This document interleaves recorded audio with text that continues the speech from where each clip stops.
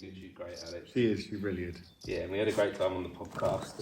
Stupidly talented as well. And she's been back as well. She's been on the podcast. She's been on the podcast twice. Oh, lovely. She's been once for the individual one, Yeah. but we did a group one as well, Nice. which she was part of. Yeah. That was good. But we're here. Thank you, Richard.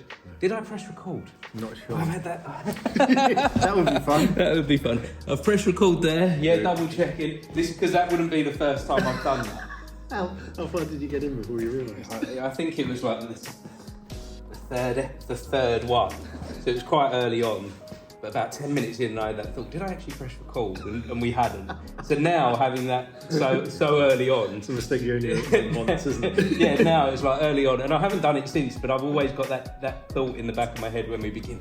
Did I actually press the button? It's the OCD thing, isn't yes, it? Yes, it is. The front door. Yeah, is that exactly. Yeah. So thank you for joining me, Richard. We're on the BTS Creative Academy Podcast at the Victoria Hall Theatre. Marvellous looking place as well, isn't it? Yeah, I'm just so blessed to be able to do this here. What a place to be able to do it as well. Amazing. And you do amateur dramatics, very close by. I do. With the Water Lane Theatre Company. Yeah. And so, but you've not been here before. You was telling me recently. No, I've never been to Victoria Hall before. I've heard a lot about it, obviously, because everybody follows everybody else on social media, so you kind of see all the productions that are going on. But I had no idea until I came down here exactly what facility it was. What a place it is. Amazing, really nice, kind of cozy theatre as well. But it's actually got quite a big stage as well, isn't it? So it's quite a unique space, and I've been doing stuff here 20 years, and I feel blessed to be able to do things here and have this on my doorstep. It's very unique, and and now we're doing the podcast from here. Do you do all the podcasts from here? No, they don't all happen here. They started here, right? But now I'm doing a series of podcasts at the Megaroo Hotel near King's Cross Station. Oh, amazing. Which is a very creative space, and they're sponsoring a few episodes of the podcast as well. So they're getting very much on board with this, and it's really nice to branch out into London and where we are in Harlow in Essex. It's not always accessible for everyone. No, that's right. So having a London location as well is a blessing, and really lucky to have that as well. So, but here or there, or the Playhouse within Harlow as well, the main theatre of the town. Done a few episodes from there. Excellent.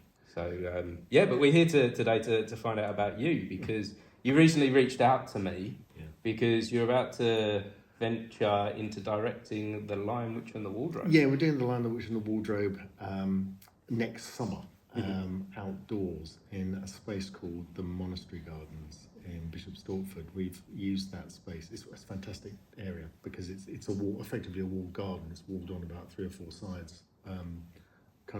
It's outlined by an original monastery, so it's got a fantastic kind of big building at one side of it, and then it's got various kind of trees. So we've done performances there. Water Lane have done performances there probably a long time. We don't do it every summer, but we've done it probably every other summer, I would say, probably as far as I can remember, so the last 15-20 years or so. And normally it's been a Shakespeare. Occasionally it's been something else. We did the Country Wife there some time ago. So we also did a children's play there probably about 10 years ago. But it just lends itself beautifully to whatever you want to do, because it's effectively a field with a kind of monastery on one side of it. It means you can actually decide where you want to position the action, wherever you want to go. I mean, the natural place is probably where we're going to do it this time, with the monastery behind you, because what you do get, if you don't mic it, is you get a lot of bounce from a sound point of view off the back of the monastery. Right, okay. There must be tons of technical problems and issues that you could potentially have with doing something outside. There is. I mean, obviously there's the rain. Yes, the rain has got to be a big one. Yeah. The rain is a big one. Or even the opposite, the sun. Because in the middle of summer, sometimes it could be too hot. We did one. We did an absolutely blazing one, probably about 2 years ago. But that's, to be honest, that's kind of nice, because you kind of we get people to bring down their own chairs. They have a picnic. You know, they sit there in the sun, all the rain, drinking their champagne. We've had some. You know, the rain is always the. It could be a killer, can't it? Because in the UK, the summer is touch and go, isn't it? Yeah. First week in July, you never know. It can go either way, can't it? When you're directing, it's well, to be honest with you, if you're involved in one of those productions, you spend the whole of the production week literally on tenterhooks, looking at your app, going, "Oh, is it going to rain?" Oh. We've actually had situations where we've known the rain is coming, but there's also been a situation where the rain we had something like 8 weeks dry weather. And the heavens open literally 5 minutes before curtain up. Wow. And we've also had rain during the interval when it's been a dry first half and a soaking wet second half. We do normally have a contingency where we can actually go into, because there's a big church next door. That's what I was going to say. What do you do when the weather is so bad? Because a theatre production, I know the amount of effort that as a team, everyone's putting into that, not just yourself as a director. Right, yeah. But there's a massive group of people that are working really hard to put this show on, and your audience that you've got there. Yeah. So contingencies against the British weather must be important. Well, we decamped. We did it. If we know the rain is coming, then we kind of got a good opportunity to kind of send people into what will be our backup venue, which is the church next door, because it's big enough to be able to hold it. So normally what you find is when you're blocking it, when you're directing it, you tend to do it based on that space, because you know that if you go indoors, it's all going to be laid out roughly the same. But we, you know, when we actually had the rain, like I was saying to you, the heavens opened 5 minutes before we actually went on stage. We literally had to decamp the whole thing, lights, audience, the whole cast, with 5 minutes to go into the church, and we did the production there. And you were able to do it. Yeah, it was like a band of wandering players doing it. And you know what? I think that must feel quite special for the audience as well, to see to see everyone working together, to see everyone making this thing happen. Still, the show must go on. Absolutely right. Yeah, that's right. That I can't imagine resonates ever more with a production like that. It was, you know, it's one of those things where it then becomes the audience then become incredibly forgiving, because it kind of feels like everybody's in it together. It feels like a team effort. Yeah, it feels like a team effort with the audience and the cast as well. But to my knowledge, we've only had to decamp there probably, I guess, about 5 or 6 times that I recall. Once we had to just cancel because we didn't have that backup, and we were very much on tenterhooks last year. We had no backup at all, so if it rained, we were knackered really. Luckily, it didn't rain, so we managed to get, because we did the Merry Wives of Windsor, I think 2 years ago. And we thought it was going to rain, but the rain never appeared. So we managed to get through four performances, I think, without a drop, which was great. Which was lucky. Lucky's the way. But you're right. I mean, above the rain, you've also got the wind. So you can't really use mics outside. No. As my friend Will and your friend Will would tell me, you know, because the wind just blows down the microphones. And I'm thinking about Bishop Stortford as well. It's quite near to Stansted Airport. It is. So do you have a problem with planes? We do. It's on the runway, isn't it? Yeah, that's right. Yeah. We have problems with planes, because when a plane, you know, whenever I've directed a production there, I've always tried to do all the rehearsals outside. Okay. Because if you're kind of like a seasoned amateur, if you like, and you've done these outdoor productions before, you know more or less what you're in for. It still takes you by surprise, you know, how much noise you've got to get above. But if, you know, we have not a lot of new people in the group. If you practiced in a space like this, everyone would get comfortable with this kind of situation. That's right. Whereas if you're getting them to do it all outside over the period of weeks of the rehearsals, they're getting used to dealing with the elements. Because they have to project, And I'm wondering, what about people as well? How do you deal with like crowd control? If you're outside, is it completely fenced off, so only the people that are ticketed can watch, or can people just wander through with their dogs? There's one way in and one way out of the place, which is quite useful. So like that, not strictly true. There is another way in, but you need to know what you're doing to get out. Okay. But yeah, strictly speaking, there's one way in and one way out. So we kind of make it pretty obvious how to get into the place, which is quite good. It is actually in a part of a residential area as well. Right. So as well as the planes, Yeah. the rain, the wind. You've also got the occasional car going by Of as course, well. yeah. And you've got the pigeons and the trees who seem to want to do, I don't know, strange things to each other. Normally halfway through the performances, which is and I remember one year as well, we also had a police helicopter overhead as well. For Isn't it interesting how you notice that all of these small things in everyday life, you would just walk through and this is all just normal, but because you've got a show going on and you're in your creative space, all of these things become heightened, don't they? Completely directing it as well. When you're not in it, you kind of say there's nothing you can do about it. No. It's just... This is taking me back to even a moment in here. Like there was a moment in here where I was on the stage here doing a show, The Rivals, and I had a speech, a monologue to do, and a cat walked in. A cat. The back door had been left open. A cat just wanders onto the stage, stands right in the middle, completely upstaging. The audience don't care anymore. Like they're done. They don't care about what I'm saying. I wasn't skilled enough to deal with the cat. I just carried on as if the cat wasn't there. But the audience were just like, oh, look at the cat, and like trying to call it over. And so you do get things even inside, don't you? We had a wandering vicar last year as well. Oh.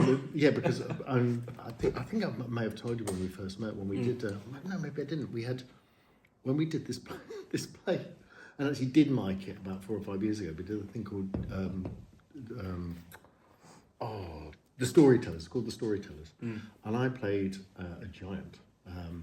Look at me. But I played a giant, probably because I had the biggest voice, carrying a club around saying, "Wife, where's my dinner?" But what we didn't realise was my mic was tuned into the Catholic Church's frequency. So all the while the vicar was preaching, it was coming from... "Wife, where's my dinner?" Right the way around the church. With Praise the Lord as well. Exactly, yeah. So the Catholic Church are always quite keen to make sure that we've detuned or tuned to a different frequency. So in the middle of a performance last year, the vicar came to have a look. What he didn't realise was he actually came and stood on the stage. We were standing there going, "Who's that? What's he doing there?" We're just going, "Excuse me, vicar." That's a little bit better than my cat story, isn't it? Really? Having a vicar. I don't know about that. A wandering vicar. The things that happen in the world of theatre are beyond sometimes the stuff that happens within the play. Oh, it's crazy. Fiction, reality is stranger than fiction, especially when it comes to the world of theatre. So, how long have you been doing? Sometimes I don't like to call it amateur dramatics, community theatre. Oh, look at you! Because when we use that word amateur, it's kind of like I feel like there's an effort that we're not given enough credit to. I agree with that. It's most, if not all, of the people that I've known within amateur dramatics have all acted like professionals. Yes. Have all given it their utmost attention. Have given it all their passion and love. And worked on it the same as you would in a professional environment. So I like to try. I try and edge towards more community theatre when I'm referring to the stuff we do. That's a really nice term to use, I think, because you've met people. You've met as many as me. Some people who've been doing this for years and years and years, and sometimes you go to a professional theatre production, and you'll kind of look at the people you're actually acting with in the, as you say, in the amateur world, and they're as good. They really are, because they're so seasoned and they've done it in and out. But I've been doing it, I guess, I first started when I was 12. Well, that was at school, and that was because it was raining. It was raining in the playground, and I had nothing else to do, so I wandered in because I could hear somebody in the hall, and ended up in the chorus of Oliver. Within the school play. Within the school play, right? Okay. And pretty soon realised that it was a great place to be. So as soon as one of the main characters dropped out, somebody said to him, "Can anybody step in?" I'm like, "Yeah, please, thank you very much." So my first part was Mr. Bumble in Oliver, and I was a lot thinner than I am now, so they had to pad me up with basic continental cotton pillows to make me look like I was a beetle. So I'm 12 years old, and then I carried on doing that at school.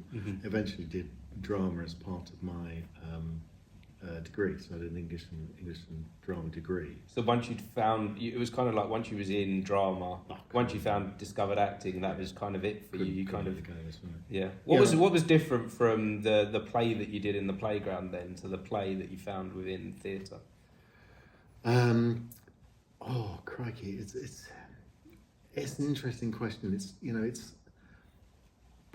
doing plays at school is a fabulous thing. Yeah, because I mean they're all musicals. Everybody kind of does musicals. Yes. So yeah.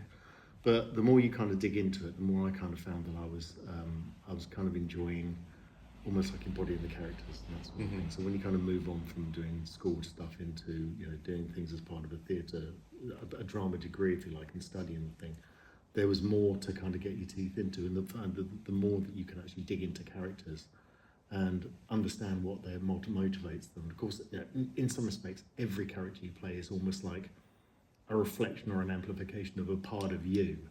But digging into it more kind of becomes just fascinating, and I love doing that. There's a danger, I guess, that you kind of just end up playing yourself every single time. Yeah, there is. Well, see, I always found acting as a form of escapism. Yeah. Where it's not until recently I discovered myself within the roles, actually. Right. I for a long time with me, it was separating.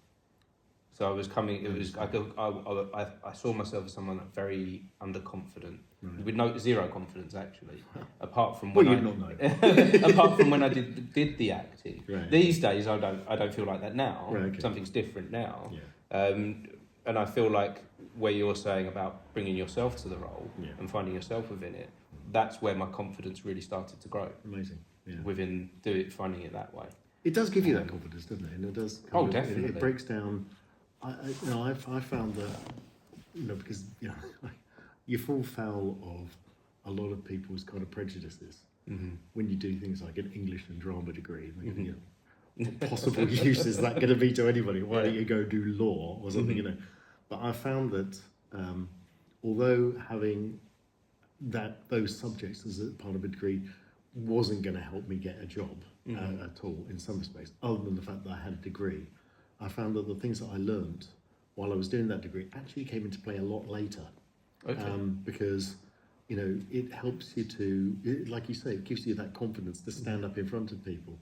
And I've had this conversation with a number of people now who've said the same thing about being underconfident and that sort of thing. And it's that ability, I think, to deliberately act out the person you want to be in real life. I sing as part of a duo with a friend of mine called Becky.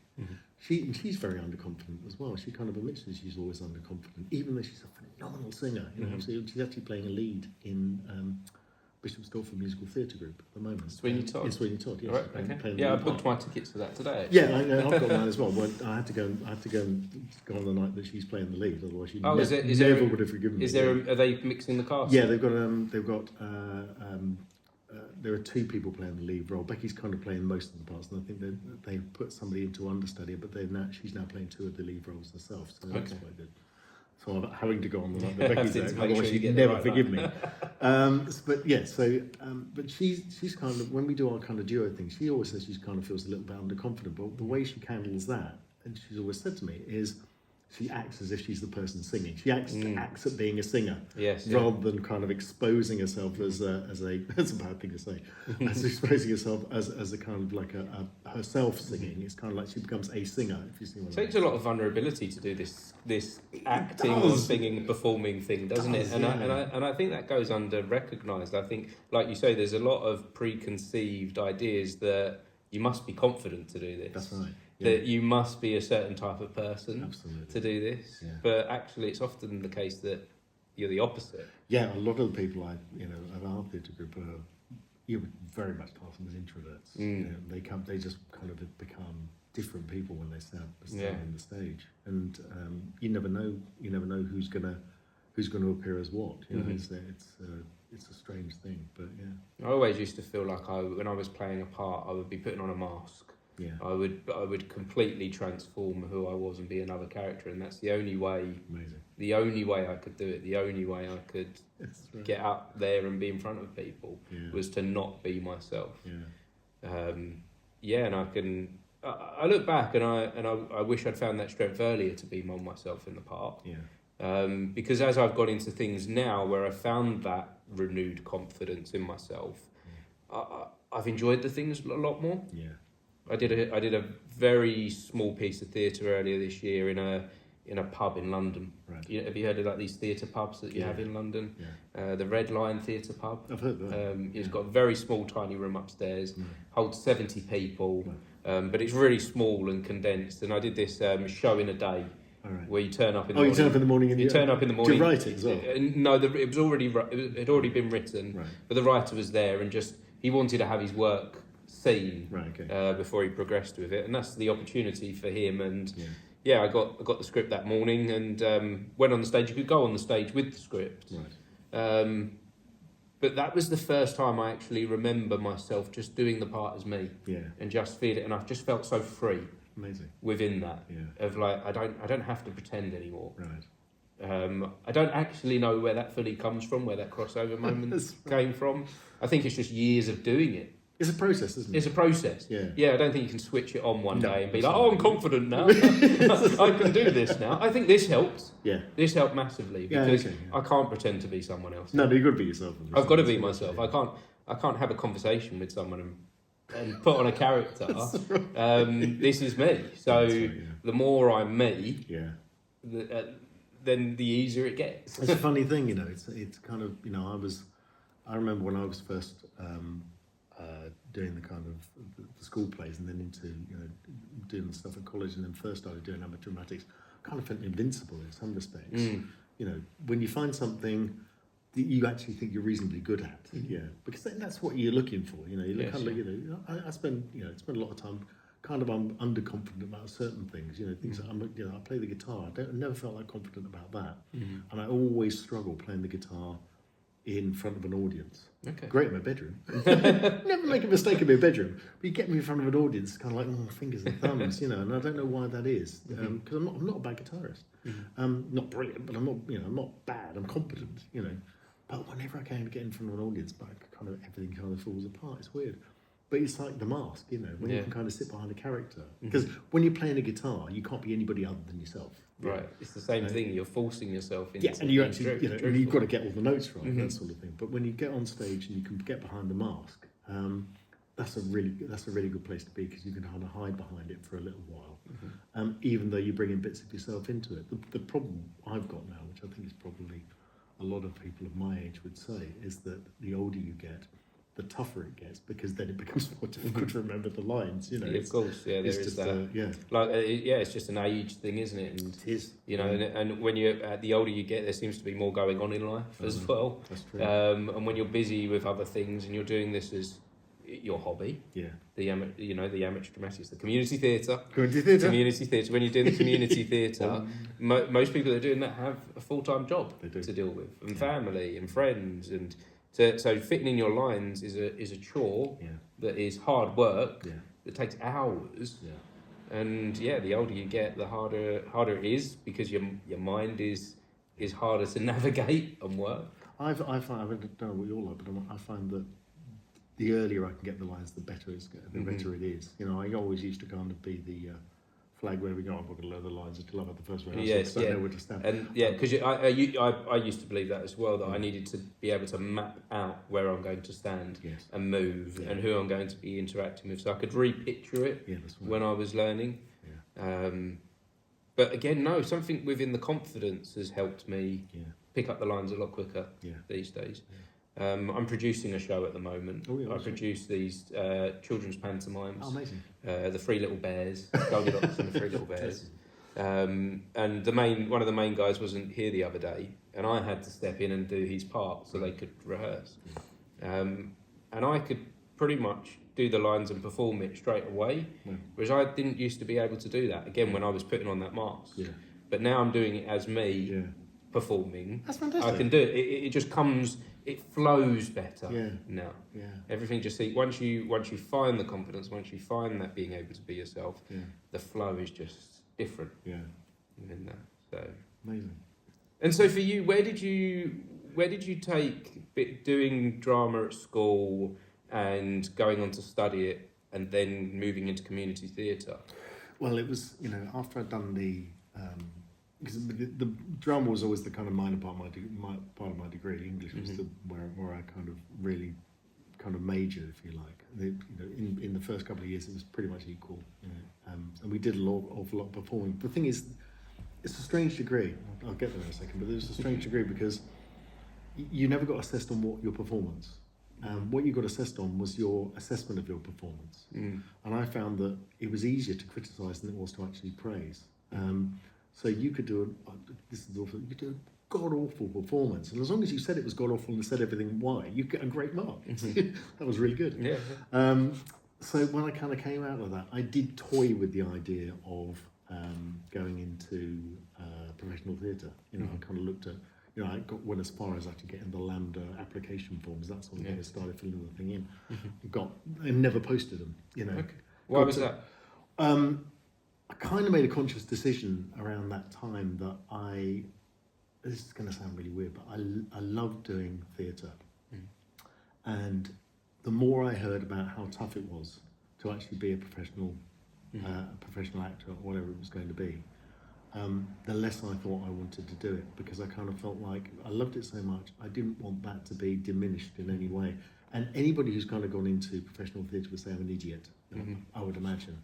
But for me, that was what not it was at all. about. I had someone on here recently, a dancer. Yeah. That she's fairly young, and she went into the professional dancing world, having been in community theatre, and she's been in dance groups locally. Yeah. And she started moving into that, and she spent 18 months in the professional world, and went, I hate every minute of this. Right? I hate, you know, and it is a different thing in the professional world. There is a level of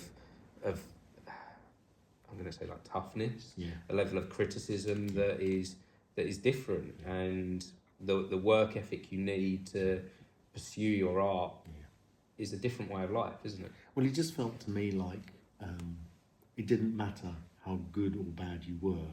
It was all about right place, right time, and it felt too much to me like potentially a lottery. Yes. Yeah.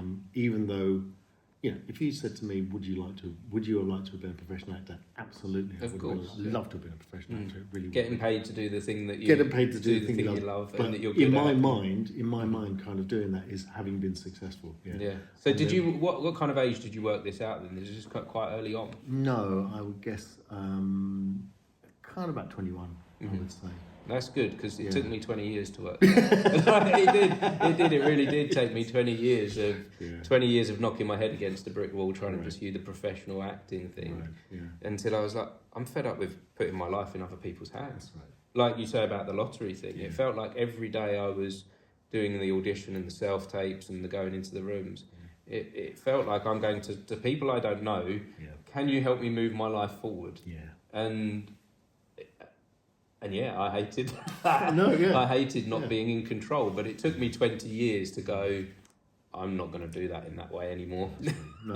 I'm not going to pursue that because that's not for me. It's a process, like I said, it's the process though, isn't it? Yeah. It's kind of what you never know where you're going to kind of end up in making those decisions, or what point in your life you're going to make them. You know, it's an odd thing. I happened to kind of make that one reasonably early because I kind of, I sat down with myself one day and said, what do you want to do with your life, son? You know, it's kind of like... Well, that's good. I didn't sit down with myself. I didn't do it until I was I wouldn't do it now. I hate myself. I hate that guy. But no, it's... but I did, I kind of thought to myself... the other thing, this is going to sound really quite contrived, is when you're a bloke in amateur theatre, there's a good chance you're going to get a part. I always there's not so many about. Laughingly, I said if you can breathe, walk, and you've got testicles, you've got a very good chance of getting a part when you're doing community theatre. Because there aren't many guys who do it. Having said that, we're full up with them now. Water Lane. Times have definitely changed recently. It does feel different. You don't have to fight for a partner. That's terrible. There was a time when a bloke like me would still be looking at parts for 30-year-olds. Not happening now. There's too many 30-year-olds doing it. So. And I even think about me actually in my early 20s. There was a lot of parts available to me. I was going from show to show to show to show in my 20s. Yes, very regularly actually. I could do more. I could have done more shows. It was only when I said no, I've got to concentrate on trying to find the professional work. Yes. Did I stop for periods of time? That's right. Yeah. So Any regrets? No regrets on that? Not now. No. Through that period of time, yes. Yeah, of course. Through that 20 years. Lots of regrets, lots of beating myself up, lots of feeling like a failure, and wishing, wanting, hoping, working, not understanding. Yeah. But it wasn't until I surrendered and went, that isn't the path for me. Yeah. Did actually, I've told this story on the podcast before, so anyone that does listen regularly, I apologise for telling this story multiple times, but it was a significant moment in my life earlier this year that I was going for a walk with my sister through the woods, and I said to her, I'm done with acting, like completely done. I'm not doing it anymore. I've tried to pursue it professionally. I enjoy it, doing it community theatre as well, but I've done all I can with it. On that same day, I got an email from a friend I haven't seen in 10 years offering me a professional job.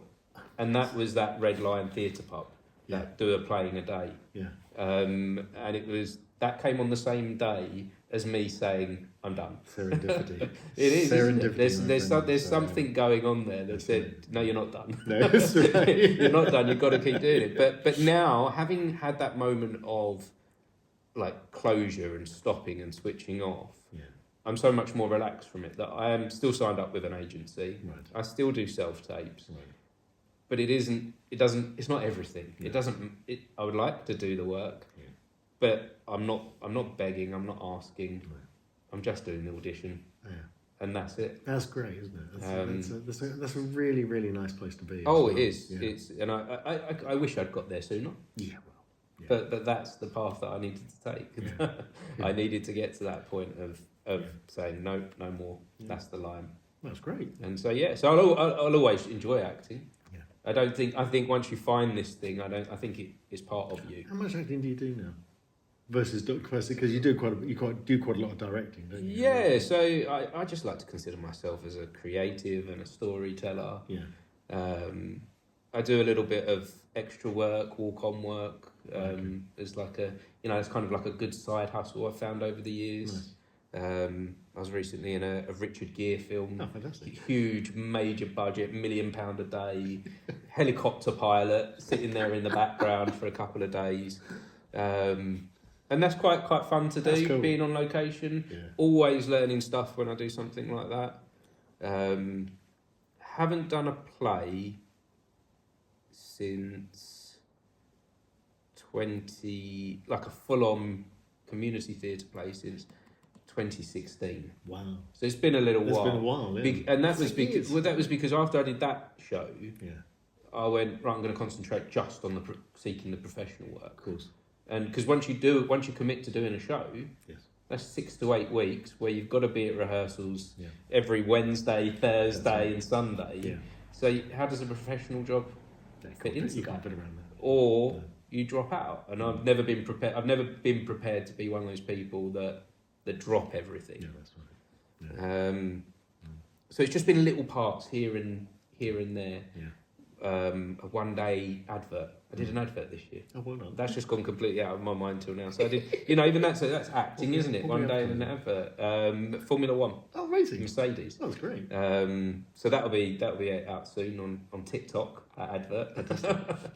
But again, I remember doing the audition for that, and I want to say I didn't care, but I did care. Yeah. Like it's a different level of caring. Yeah. It's kind of like I went there, I did my thing, and I left. Yeah.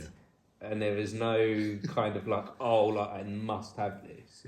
It was just, this is the process. Show up and do your job. Show up and do the thing. Yeah. Yeah. And if they want me, they want me. If they don't, they don't. Fantastic. So yeah, occasionally when it comes along, but I've got so many other creative things going on now that I think that helps as well. Yeah. I think not just an actor helps. Having the directing, the producing, and the podcast. Yeah, enjoy all of them. And the writing when that comes up. I wish I could do more writing. Yeah. But that takes up a huge amount of time and focus. Yeah. But having more than one thing. Yeah. And do you find that as well, having more than one thing? Yeah, variety is for me is really, really key. Because my job is my daytime job is very busy indeed. Mm-hmm. But I kind of divide my time up between working. I work for myself, which is great, which means kind of gives me the flexibility. I'm aware that not everybody's got that, but I've got the flexibility to kind of fit the other stuff around it, probably in a way that most people who work within, employment for other people don't have the opportunity to do that, because when you've got those kind of rigid hours, it becomes more difficult. Mine is relatively flexible. What is the day job? Day job. I started my own licensing agency. Licensing as in intellectual property licensing. So we represent brands. So food brands. I see mainly food brands like Kellogg's, Pringles, Slush Poppy, Vimto. That sort of thing. So we represent them, and we allow people the rights to put those logos and those characters and things onto T-shirts, or so like your T-shirt, your Rick and Morty. Rick and Morty. Yeah. So yeah, that's it's been licensed. Yeah, that's a licensed product. So yeah, but if that was Tony the Tiger, that would have gone through me. Oh really? Yeah. Okay. So that's what I do on a day job. So so I fit whatever else I do around that. So one of my big hobbies is cycling. I do quite a bit of cycling. Play the guitar, do my kind of singing, that sort of thing, and also, but then within the thing I love about theatre is there's so many things you can do within that. Cycling, you can only ride a bike. Guitar playing, you can only play the guitar. But within theatre, you can direct. You can stage manage. You can act. You can do the lighting. You can do the sound. I've done all those things at various times. I've been a bit rubbish at most of them. Yes, but there's that opportunity to dip into it and do it. And I think up until I guess last couple of years, I pretty much divvied up my time equally between acting and directing if I could. I love directing. I love directing till Play Week, because it's that, and you must get this as well. It's kind of like when you hand it over to the stage manager at the dress rehearsal, and the performances are nothing to do with you. Well, you say so. I think my problem with letting go is a lot bigger than yours, because I don't say that. Because I don't let go. Oh, don't you? When you're saying about handing over to the stage managers, you don't do it. I will hand over to the stage managers in the sense that I will give the stage manager the tasks and what I kind of want from them, but I'm still there very much. I like to hold on to the last. Do you? Yeah, I do get very much involved, and this moves me on to Lion Witch and the Wardrobe, for instance. Yes. Lion Witch and the Wardrobe had a massive cast when we did it. About 70 people in total was involved in that show. That's a big show. So you had the cast, I think out of that 70, 30 to 40 was cast. Wow. 2 sets of kids involved with that. Wow. And it was so much was going on, and so many people involved, and COVID was still kind of in the air. So this was 2022. Right. So it was still there a bit.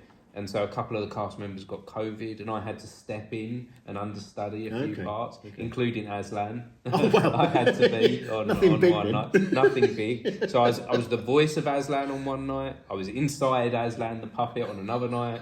I was one of the wolves. I played 5 parts, but I can't remember what the other 2. You never sat in the back and watched it? No, I never watched it. I never got an opportunity to watch it because I was so busy. Yeah. Lights were breaking. We had a fog machine that I'd ordered the wrong type of fog. I didn't know there was different types. True? Yeah, it was the wrong type, and it was lifting up all the paint off the floor because it wasn't dry ice. But it was acting like dry ice. Right, okay. And the floor was just soaked.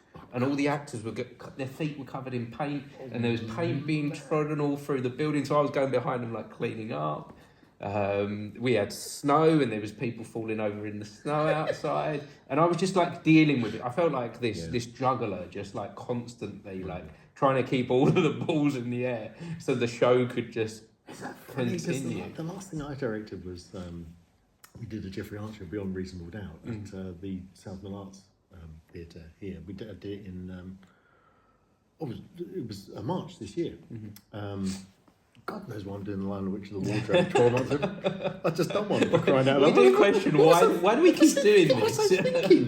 But we did it, and I was a good boy. I handed everything over, and I literally sat through 4 performances, sat in the back row, because we've kind of got a tradition at Water Lane. Once we'd had the dress rehearsal, director could just... No, that's what you're supposed to do, yeah. Yeah. You should do that. Nobody wants to and see that would be my advice to anyone. Don't, as a director, step away. Sit down do as I watch say, it. not as I do. Yeah, exactly. Step away from the show. That's my advice to myself on my next one. Step away from the show now. Have a cut-off point. Yeah, I know I can't get backstage because there'll be people around there going, crying out, Pinky, would you just... Just do one. You've done your do bit. one. Yeah. We don't want you here. I don't know if it's something with Lion Witch and the Wardrobe where I adapted the script myself, right, and made changes, yeah. and the vision was so strong. I've directed plays in the past where of course, my mind's going to when I directed Dracula. Yeah. I had this. It was a normal script, and I used the script, and I did exactly as it said in the script. Yeah. Had a vision with that. Yeah.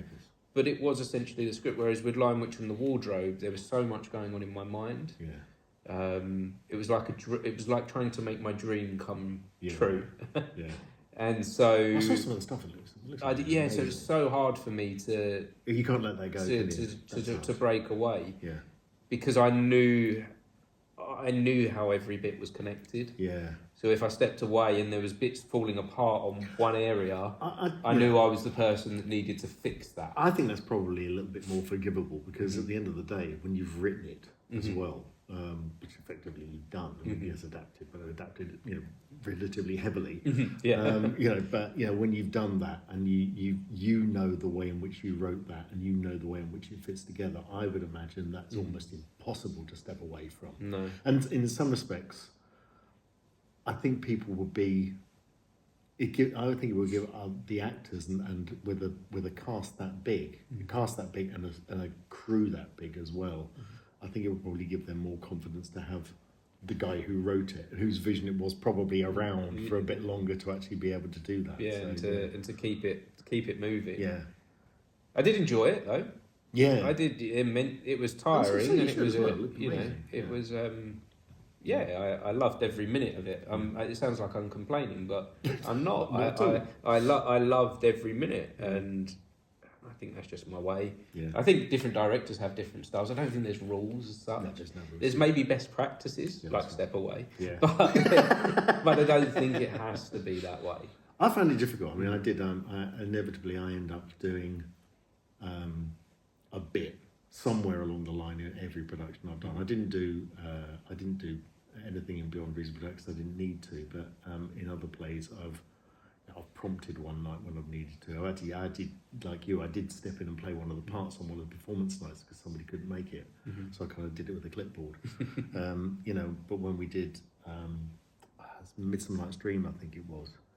I mean, to me, that was my favourite production I've ever done. A favourite production, I think, with a couple, I'm not going to go into what my favourite production was, but in terms of one that I put together, by far my favourite production.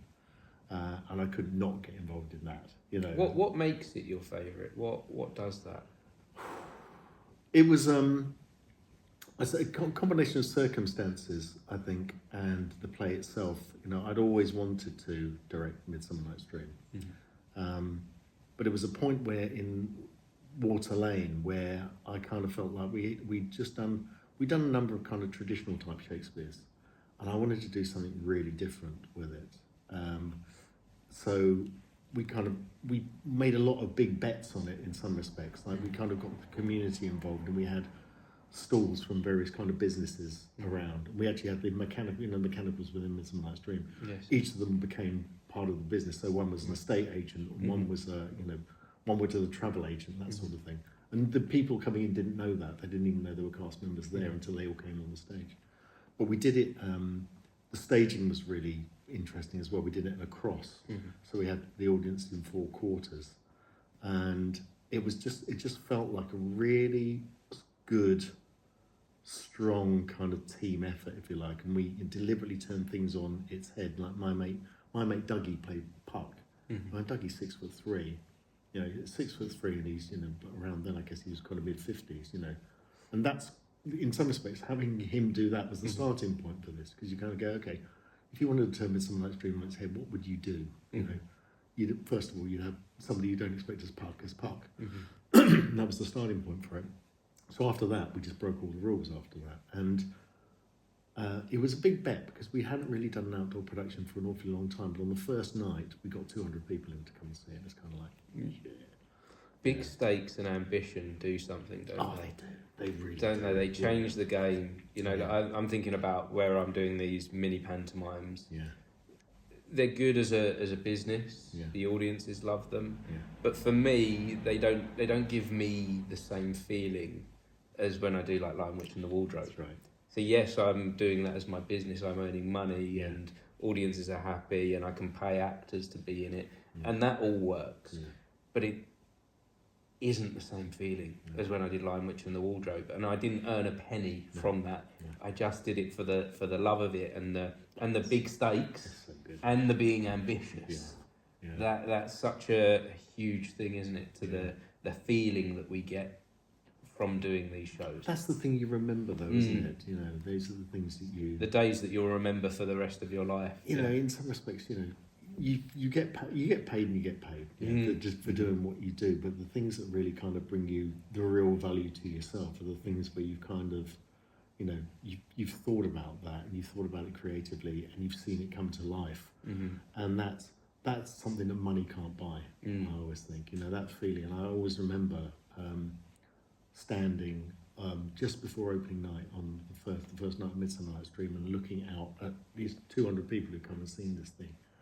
And remembering that I thought, when I'd imagined what it would look like 6 months earlier, that's what it would look like. Yeah. And then it did look like that. It's kind of like, yeah, that's something that money cannot buy. No. Yeah, it's an amazing feeling. Well, I think it's a special gift that we've got as human beings, that we can have a thought and we can make it real. We have the power to do that, Absolutely don't we? Right. Yeah. It's an amazing thing, you know. And it's you know, you talk to people about whether they want to direct. People find kind of stepping in, particularly in community theatre, people are very nervous about directing things, and it's easy. I guess it's easy for me to say. It'd probably be easy for you to say when you've done it. Yes. But in reality, you say to people, you know, if all you really need is the vision to be able to do it. Just imagine what you want it to look like. It's funny, I gave someone this advice today. A friend of mine was asked to direct for a community theatre, Hatfield Heath. Right. I've been asked to direct there, and she said, I don't think I haven't done it before, Right. and I just don't think I can. I'm an actor. Like, I don't do that. As like, do you have an imagination? Like, that's where it starts. Right, like when you're reading a book, Yeah. does your mind work? Yeah. Like what happens there? When you tell a story, where does your mind go to? Is it blank, or is there something there? Yeah. And if there's something there, Yeah. I think you have the power to direct. Absolutely right. Yeah, I agree with you. You know, it's about, because in some respects it's kind of it's seeing what you want to see as the finished product, and then everything else kind of works back from that. Because I mean, there's a lot of bits back from that. There's a lot to build back from it. But as long as you know where you want to be, you know, Sure. it then becomes a destination, and then you can have a journey towards that destination. And you know, the nice thing about community theatre, and you know, we're lucky. We've got a lot of very talented people in our group. But then you go to any of these groups, and they all have, you know, there's always somebody who's great at building the sets. There's always somebody who's good at doing the makeup. Somebody who's great at doing the costumes. And you find that provided you point those people in the right direction, they'll get you where you want to be. You know, you don't have to, that's the danger, I think, that people think when they're going to direct, they've got to do it all themselves. Yes. And they haven't. You know, there is a team of people always happy and willing and want you to get there, and they will do it for you. It's an amazing thing. And especially with having the vision is what drives them forward as well. Right, yeah. You tell them about your vision, Yeah. it gets people excited. That's right. When I told people about what my ideas were for Lion Witch and the Wardrobe, that was going to happen in December of that year, but I was talking about it in March. Yes. People came. Yeah. You know, it's that's what people want, isn't it? I know for a fact that they want a vision to follow. Yeah, people have already kind of, you know, I know that there are some offline discussions already happening about Lion Witch and the Wardrobe that I've got nothing to do with. So I think I probably need to, you know. It's almost like you need to, with these things, you kind of someone needs to be in control of planting the seed. That's right. but others need to water it along the way for it to grow into something beautiful. What a wonderful analogy that is. Yeah. I don't know where that... you just did. I don't know where that came, I don't know where that came from. Write that one down. Yeah, well, every now and then we do these in the podcast, and I go, we need to cut that bit out. Capture that. That would be a moment for the clips on the Instagram. Now, the interesting thing for me is because obviously I've seen some of the kind of videos and the photography of what you did, and at the moment trying to kind of imagine that in an entirely different setting, without the lights, without the dry ice, without the music, But that's why I love in a field. I love theatre so much because of that reason. Yes, theatre, like when you see films that are remade, they're often very samey. Yes, that's right. They're often a reproduction or a returning of the same thing. Whereas theatre, you can just take the words and start again. That's right. You can take a little bit of inspiration from what I did if you want to, and make that inspiration go somewhere completely different, on a completely different trajectory, different journey. Yeah. But plant a new seed with the ideas that I've given you and you've seen, and a new flower will grow. A new tree or plant will grow. I'm trying too hard now to come up with the analogies. It just sounds shit. but it's kind of true. It's kind of true, isn't it? Yeah. I mean, I'm going to end up with a very different product and a very different kind of production from. And that's wonderful. What you did, yeah. Albeit, hopefully, I'm going to be able to use something all lovely costumes. Yes, yeah, and I think that's great as well. I think it's such a shame sometimes that a community theatre show stops. Yes. You have a period of time that you do it. You have, for instance, when we did Lion, the Witch and the Wardrobe, we did 20 shows, and then that was it. The end. 20 shows. Which is quite a lot for a community theatre. The average is probably about 5 or 6. Oh, yeah, absolutely. Yeah. But the Christmas shows that we do here has to sustain the building for another year. Yeah, absolutely. So all the money the one show you do, is that basically we do one show a year. Wow. That is the theatres for the theatre. Right. Okay. And so that would be the Christmas show, right. And so we've worked out that between 16 to 20. Right. Okay. Kind of does that, looks after the building for another year. It's a big commitment, isn't it, for community theatre? Because principally because of people's time more than anything else. Because most people have day jobs and so forth. Yeah. I mean, I think the longest run I ever did was I moved to Manchester for about 7 years, and I was part of a group called Knutsford Little Theatre up there, which also had their own theatre. Which is a very unusual kind of position to be in. Every amateur community theatre I've been part of always say, we want our own building.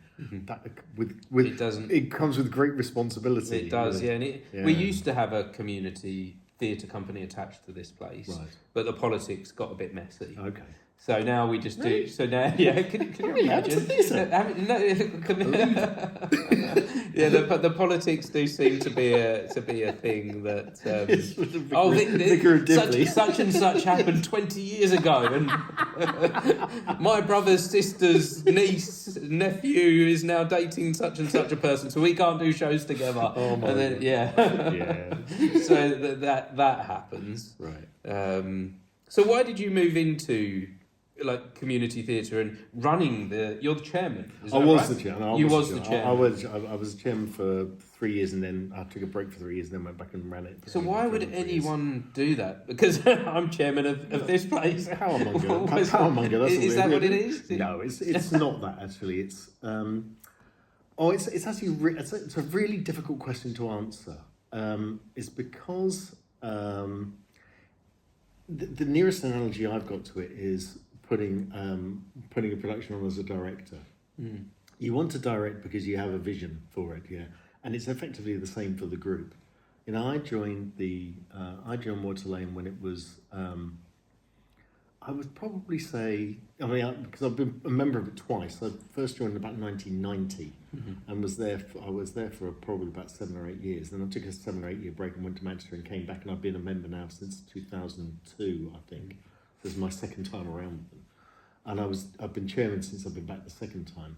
But when I first joined it, I think it's fair to say that the group was pretty much headed in the wrong direction. It's got a bit staid. The committee were a bit fusty. They weren't really kind of doing much with the group. And I joined just at the point where there was a new chairman, a guy called Clive Bastin, who was an amazing guy. And his wife took over as chairman soon afterwards, and she was equally amazing as well. But I remember so well, the very first committee meeting, when it was his house, and there were some old fellas, there was old boys off the committee or whatever, there's a couple of new people on there, myself and a guy called Chris. And Clive got up off his seat and he unveiled the whiteboard. And he went, right, blank piece of paper, what are we going to do now? Me and Chris looked at each other and went, oh, we're having this. This is great. And that was inspiration, for somebody who kind of went, right, I'm going to turn this on its head and we're going to make it work. And he did, it helped that he kind of got a few people on board from the committee to kind of say, yeah, we're backing you on this one. But we went in an entirely different direction. Our advertising went through the roof. It was, and we really started investing in what we were doing different types of plays and doing some really good stuff. So when I came back this time round, I wouldn't say that the Water Lane was in as bad a shape as it was round then, but it was getting to the point where we needed a new chairman, and nobody sticks their hand up for that. Nobody wants that kind of level of responsibility. But I had a reasonably good idea where I thought, with the people who were around, where the group could go. And it's not dissimilar from wanting to put a production on. You see where you want to take it, you go, and I just kind of made up my mind that there was only ever one way that I could actually help do that, and that was if I stuck my hand up and said, right, I'll do what Clive did, and that's why I did it, because at that time, I was probably a lot more invested in it then than I am now, because I've kind of been through two stints of chairman that it wears you out a bit. But it can be tiring, hasn't it? I've been the chairman of this place since 2012. Have you? And that's a long time. That's a long time. But I just feel like this place gives me so much. Yeah, and I can tell. And other people get to use this place as well. And there's been times where I felt like if I wasn't here, who else would be? Yeah, that's right. And every time I've talked or thought about stepping away, I do get a bit more of a vision for the future come to me. Yeah. I do go, right, okay, so we've done this, but I'd still like to see this happen. Yeah. And I still don't feel, even after all that time, I don't feel like I've done the task quite yet. Because I'd very much like to see here in particular a bigger community. Yes. I would like to see more people involved here. And that's that can often be quite hard to bring in new people. Yeah. But it's a big, well serviced facility, isn't it? Mm-hmm. And it is really, even in the position of it geographically, it can be the centre of a community. Yes. And, all the while you've got the energy to be able to kind of do it, and all the while you've got the ideas, and all the while you've got the vision to be able to do it, why wouldn't you carry on doing that? Yeah. There's going to, I guess they're probably going to get to a point where you're going to wake up one morning and go, you know what? I'm done. I've done all I can do. Yeah. I've just got this feeling for me in here that even when I get completely taken over by other stuff, I'm still going to have an attachment here. Of course. I feel like I'm cemented in some way. You can't get away. I don't know. Maybe it's because I started doing my acting stuff so early on here. Yeah. That it just feels like home. Yeah. That I can't detach from. It's the same. It's the same with me for Water Lane. It's I think people in our community theatre in Bishop Stortford have actually become a lot more promiscuous than they ever have been before. Really? Yeah, moving around to different groups. I think that's the culture of community theatre these days. I think there used to be a culture of you're with one group. Yeah, you stick to your group. And that's it. And we all talk badly about the other groups. Yes. Whereas now the groups, and I think personally this is really nice. It's much all better. The groups are mixing. That's right, because everybody can learn off of each other. Yes. You kind of part of the reason why groups, I think why Water Lane actually got a little staid at one time is because they were so insular. All they would do was kind of look at each other, look at what they'd done, think about the next thing they were going to do, and basically slag off everybody else in the area. But now it's not like that.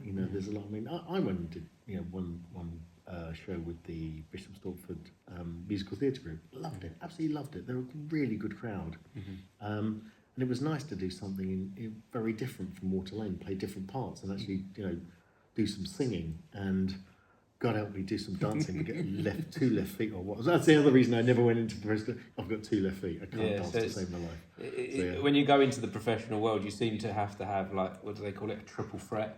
Yeah. These days you have to be able to sing, dance and act. That's right. It can't be just right. the one. No, that's right.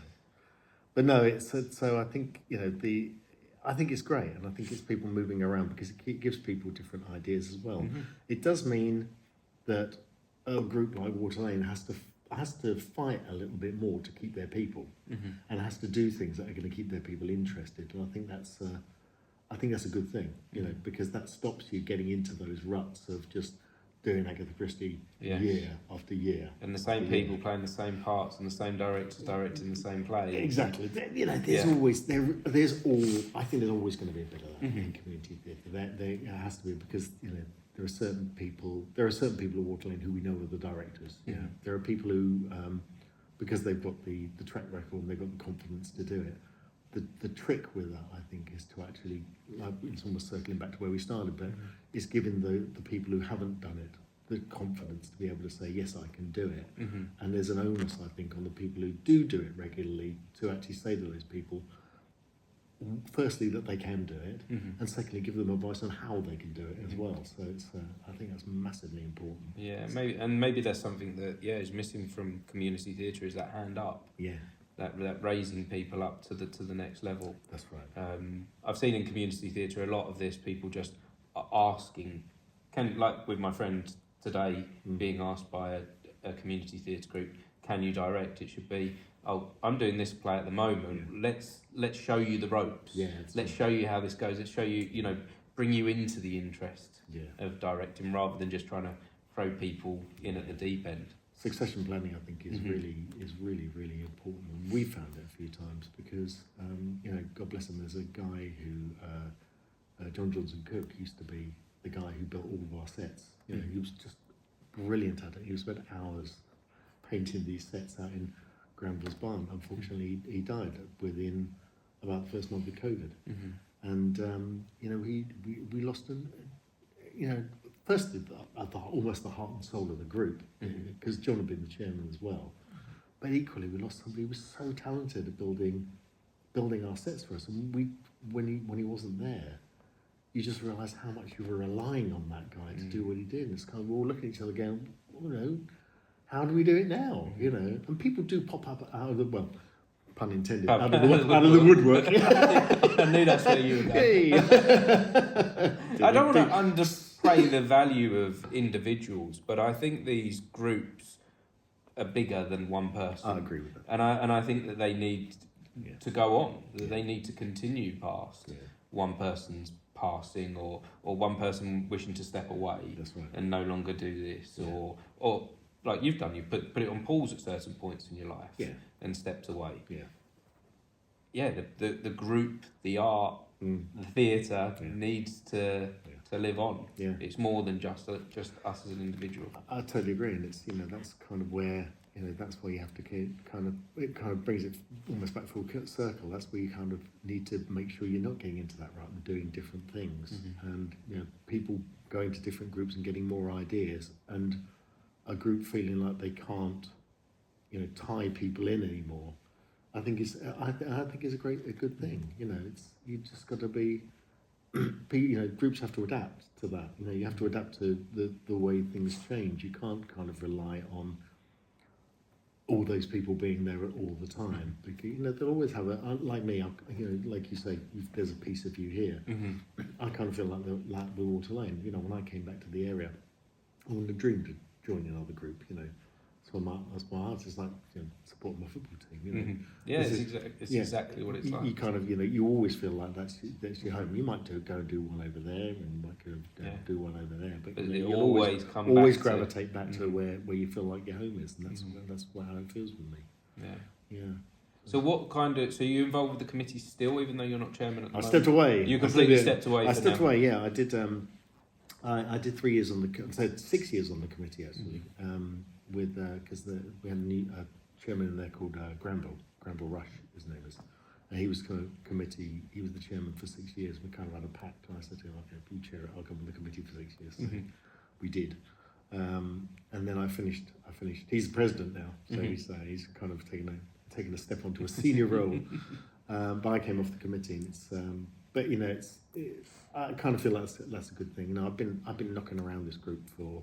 Well, since 2002. You know, and at some point I'll have to step off the committee to give it a new lease of life, to freshen things up, to keep it moving forward. Again, this place is bigger than me.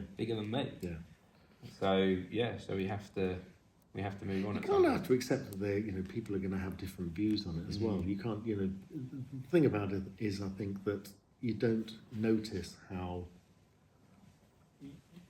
You almost get a blind spot yourself, or for the things that you're actually, the prejudices you're putting on the things that you're saying because of everything that you've done. You can't help that because you can't see yourself doing it. There's only really other new people coming in and saying, And sometimes things are right for the time. Yes. So I may have made a decision as chairman in 2016 that doesn't fit right now in 2024. Yeah.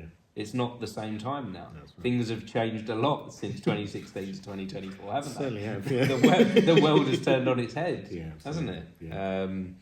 And so, maybe it takes someone new to look at that and change it up again. Yeah, that's right. And that's why you shouldn't stay on the committee for too long. I don't think it's I feel like it's if there's a part of me that kind of wants to still get involved, and I still do get involved because I do, I do the social media for the group and that sort of thing, and I'll always be thinking about either directing or acting at some point. But the decision making on it needs new people to kind of go on there, and it's refreshing to kind of, from my point of view, it's refreshing not to have the visibility of everything that's going on and just kind of see the results of what the committee had kind of deciding. Yes, I probably do tend to see it first because they need me to talk about it on the social media. Is it difficult doing a show for a theatre company and not being part of the committee? Does that give you any challenges at all? Doing a show and not being part of the committee? No, actually, I think it's the reverse. Okay. I actually think it's easier to do a show when you're not part of the committee, because what I'm finding with The Lion, the Witch and the Wardrobe, I mean, if I'd have been doing that when I was a committee member, there would be a lot more information kind of spread around the committee, probably not by informal means, more rather than by formal means. There'd probably be subcommittees for the blokes down the pub. Yeah. Yes, yeah. But sometimes you forget that you made a decision down the pub that you haven't told the committee about. So, but because I'm not on the committee, what I'm actually being forced to do is, and I don't mean forced, I'm up my back, but what I'm being forced to do is actually present it as an outside director to a group of people who are actually going to give me a yay or a nay on the thing. So, I've got an awful lot of experience in terms of putting together the budget, knowing what I want to do on the advertising, knowing what I want to do on the marketing, ticket pricing, that sort of thing. And it did occur to me when I was actually kind of working my way through the budget a couple of nights ago, I thought, I should probably need to get somebody to agree to this rather than just assume it's going to go. Yeah. So, but you can work on everything. You can pull everything together and then present it in one lump sum, rather than all these micro doses of information that can sometimes get a bit twisted and go off in all different directions. The challenge, I think, for me doing that, it's been, I can't remember the last time I actually did a show when I wasn't on the committee. The challenge for me is actually if I get challenged on it. Yes. Yeah. That's the thing. You're going to have to, don't use the phrase, I'm going to have to wind my neck in a bit. Because that is the responsibility of the committee to look after not just the show, but the theatre company. Absolutely. And so that this isn't the last show. No, that's right. And so I'm thinking now... don't say that. Well, this year, I don't know if you know of the group EHOS. East Hearts Operatic Society. Yeah. They closed their doors this year. Oh wow! They were a massive group. They were here. They were in Hertfordshire. They were really spread out, and they were doing about 4 or 5 productions a year. Right. And 2 of them were quite big productions. They would do 2 big musicals, and then 2 or 3 smaller shows every year. But they seem to have kind of like 2 last shows that you could see it all kind of falling apart, and I don't know the reasons why. I don't know the ins and outs. They said it had a lot to do with this, that everyone is spread out between lots of different theatre companies now. Right. So that loyalty thing proved a problem for them. Yeah. That they couldn't find cast. Yeah. To the point that they just went, this is an end. after 70 years. It's a shame they couldn't, you can't adapt your offering to the new world in some respects, isn't it? I mean, that's the way to survive. Because if you don't adapt, you're done. Really, you can't stick to a formula that you've had for years and years just because you think it's the right formula. Because if the world moves on, then you've got to adapt to it and actually do that. And that's not a criticism, like you say. I don't know the circumstances behind that. But that's a massive shame, isn't it? Yeah. When there seems to be and that's what I don't like to see that. No, absolutely. I try and look at that a bit from an outsider and go, right, okay, maybe that's a little warning there. Yeah, absolutely. That's something to be conscious of, that these things can end. Yeah.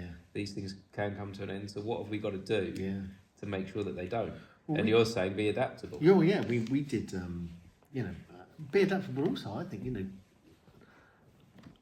of talking about ambition, taking the big bets. I mean, we were, when I was chairman, probably the second time round, we got to the point where we were kind of, we just about had enough money in the bank to cover one production, and it had to work, because if we hadn't done it, we were basically done, I think, because we just ran out of funds.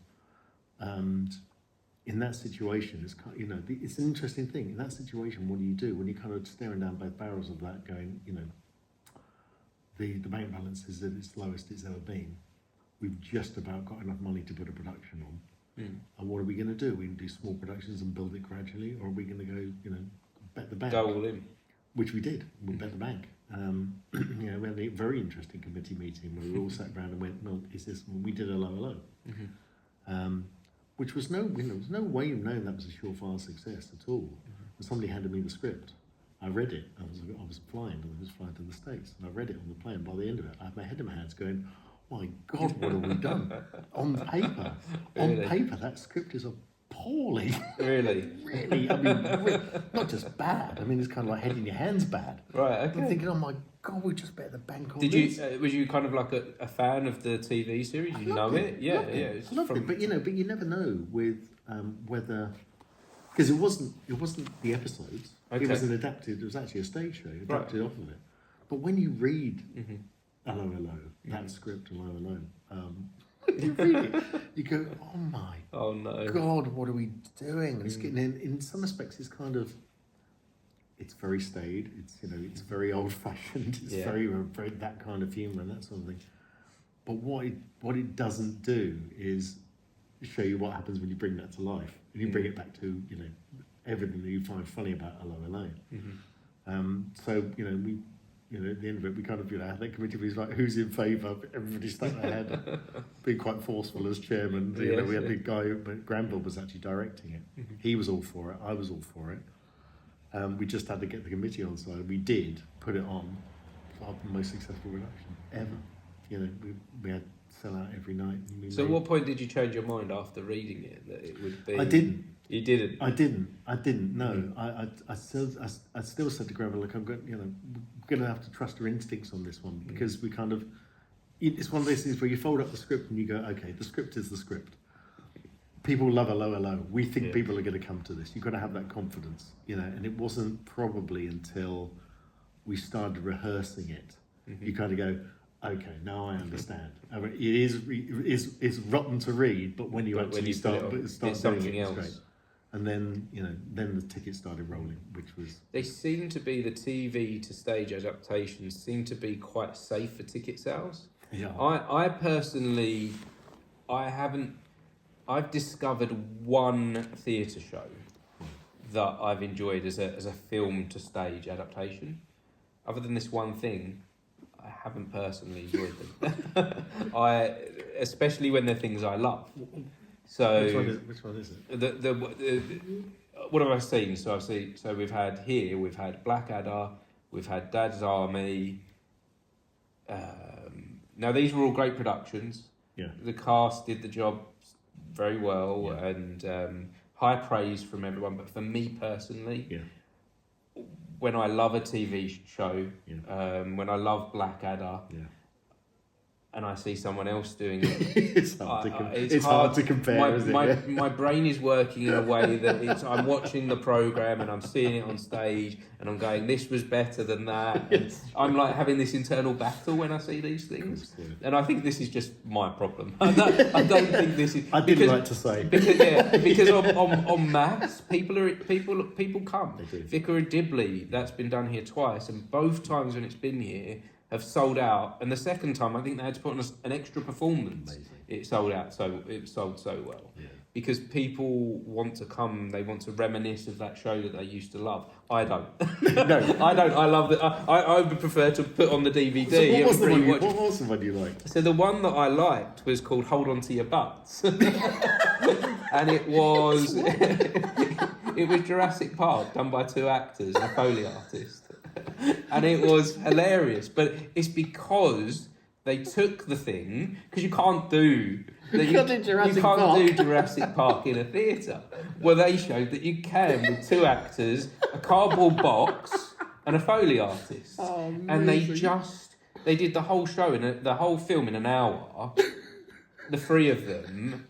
And like you're laughing now, I did not stop laughing all the way through it, because I was like, when they're pretending to be like a dinosaur with a cardboard box 1 minute on their head and then on their back, and then they climb on each other and they're going around as dinosaurs, and they've taken the film and they've made an interpretation of that, which is so subjective and surreal that, you know, you remember the moments in your head from the film where they come up from the car and they're like, he's talking and they see the dinosaurs for the first time. But they've taken that and they've symbolised it and they've turned it into a joke. Amazing. Whereas when you see Blackadder and it's a copy of the characters that we can watch. It's tricky because, you know,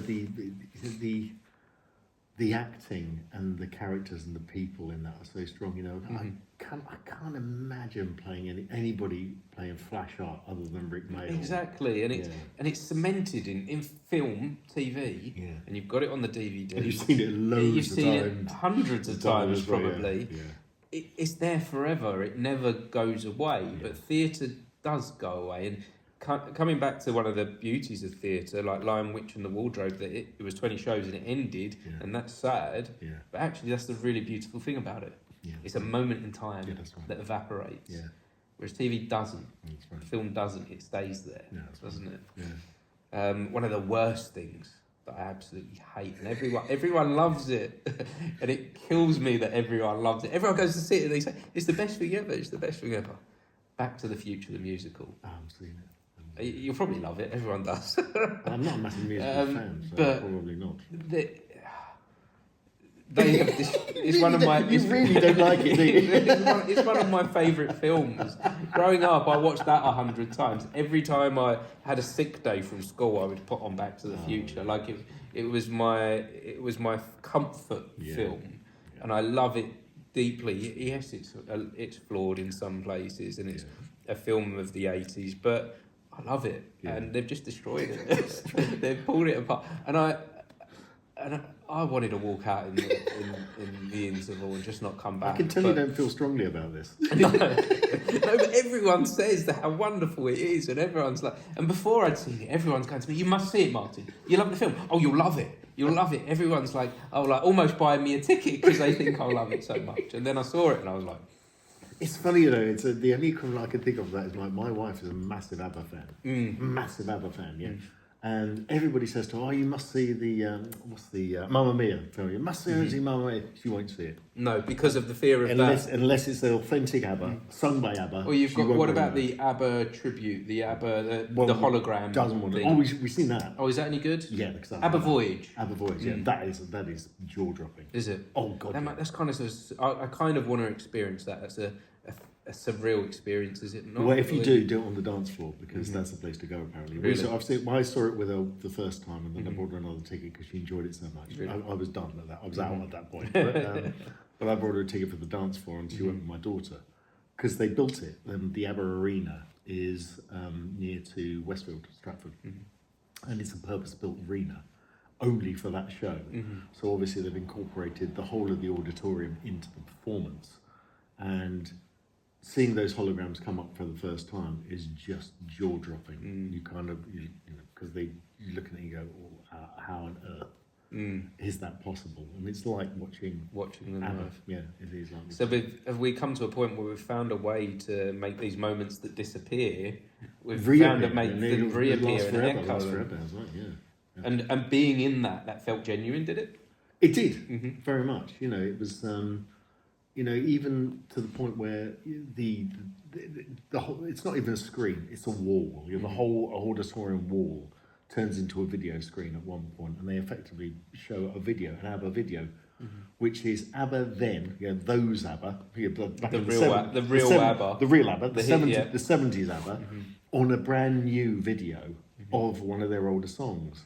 And you know, down to every freckle, you know, because it's big, it's huge. And that feels like they've effectively brought them back from nowhere to be able to do that. And the only time you kind of get a sense that that's not the case is when they actually do holograms of the ABBA as they are now, who come out at the end, I'm giving it all away now, the holograms of the existing ABBA to come out and kind of go at the end, you know, as they are now. But it is extraordinary.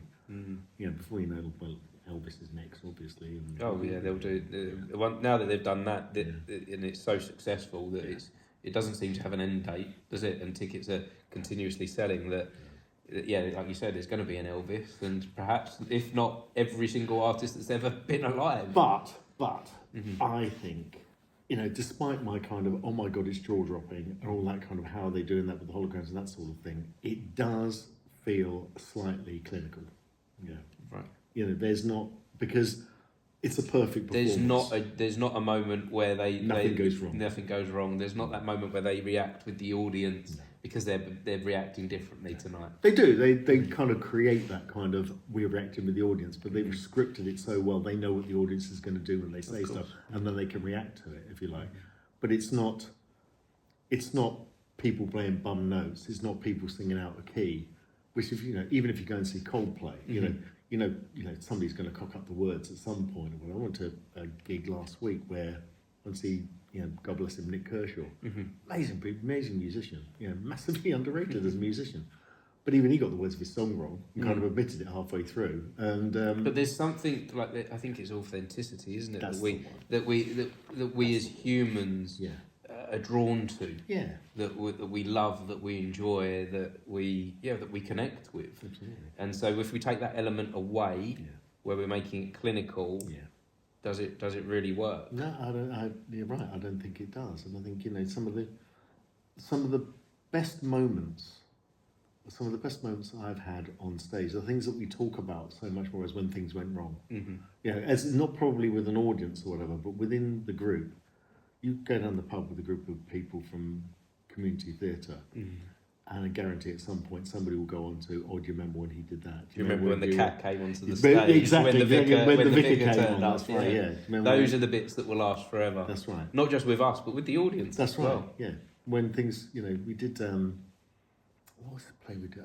Up Pompeii we did. You know, when we were kind of into that, let's do the, because we did Dad's Army, we did Hello, we did Up Pompeii as well. So dated, so dated, dodgy as hell script, you know. But you know, the whole thing about it's really interesting actually. In Up Pompeii, particularly, there are mistakes written into the script, mistakes that the actors should make that kind of make you break character and address the audience. But he makes a note. He said basically just, you know, just ad lib, do whatever you want. I played Lurkio, the part, and I think it was the freest I've ever felt on stage. And it wasn't until we got in front of an audience and I realised that, because I said something I was lucky, I did it very, very early on in the opening scene of one of the first performance. I said something, the audience reacted, and I said something, I ad-libbed something, got an incredible reaction from the ad-lib, and I thought, oh my Lord, the gloves are off here, I can do what I want, you know, doesn't matter what goes wrong now. And, you know, believe me, some stuff went wrong. But then the things that were written into the script that were supposed to have gone wrong became even funnier, because they actually genuinely thought they'd gone wrong at that point. You've got to be careful with that stuff that you don't make it contrived. We had so much fun doing that show. But but that was deliberately set up to kind of go wrong all over the place. Is it kind of like panto? Is it kind of? Oh no, it's not. It's not. Oh yes, it is. Oh yeah, it is. Yeah, it's very much that. It? Audience participation, that sort of thing. Yeah, it's getting towards that, isn't it? Yeah. I kind of feel like this has circled round back to that kind of finding yourself within the character. Very much. That moment where yes, you've got a script and a character to be, but you become free when you're yourself for a moment within that. Absolutely right. Yeah, that's pretty. You're right. That's probably the closest I've been to actually just being myself on stage. Not that I'm anything like the slave from Rome, but in terms of character and just being able to kind of say what I wanted to say within the confines of that script, I think that's the closest I've ever got to it. With the exception of maybe the odd Shakespeare here and there, but you can get away with murder with that. But it's really interesting.